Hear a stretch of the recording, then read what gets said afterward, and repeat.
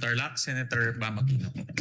Mr. President, mga kababayan at kapwa ko Pilipino, noong 8 ng Hunyo, 2 kabataan na puno ng pangarap, 2 atleta ng Ateneo de Manila University Men's Basketball Team, sina Rene Clert Baterbonia at Divine Adili, ang binawian ng buhay sa isang off-campus activity sa Aurora. Noong nakaraang Huwebes, nabisita po natin ang magulang ni Rene. At sa gitna ng lungkot, dalamhati at galit, iisa lang po ang kanilang hiling, ang katotohanan. Ano ba talaga ang nangyari sa kanilang anak? At sa palagay ko po, kung ito po'y nangyari sa kahit sino sa atin, ito rin naman po ang hihingin natin.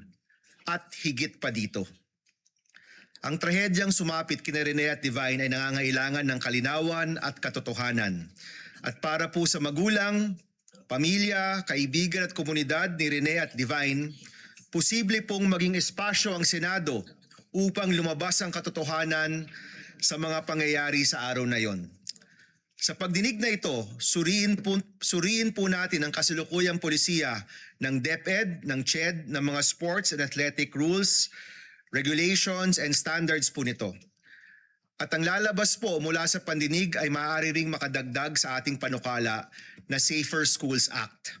Kaya hinihiling po namin na atasan ng Committee on Basic Education at Committee on Justice na isagawa ang isang pagdinig at pagsiyasat ukol sa trahedyang ito.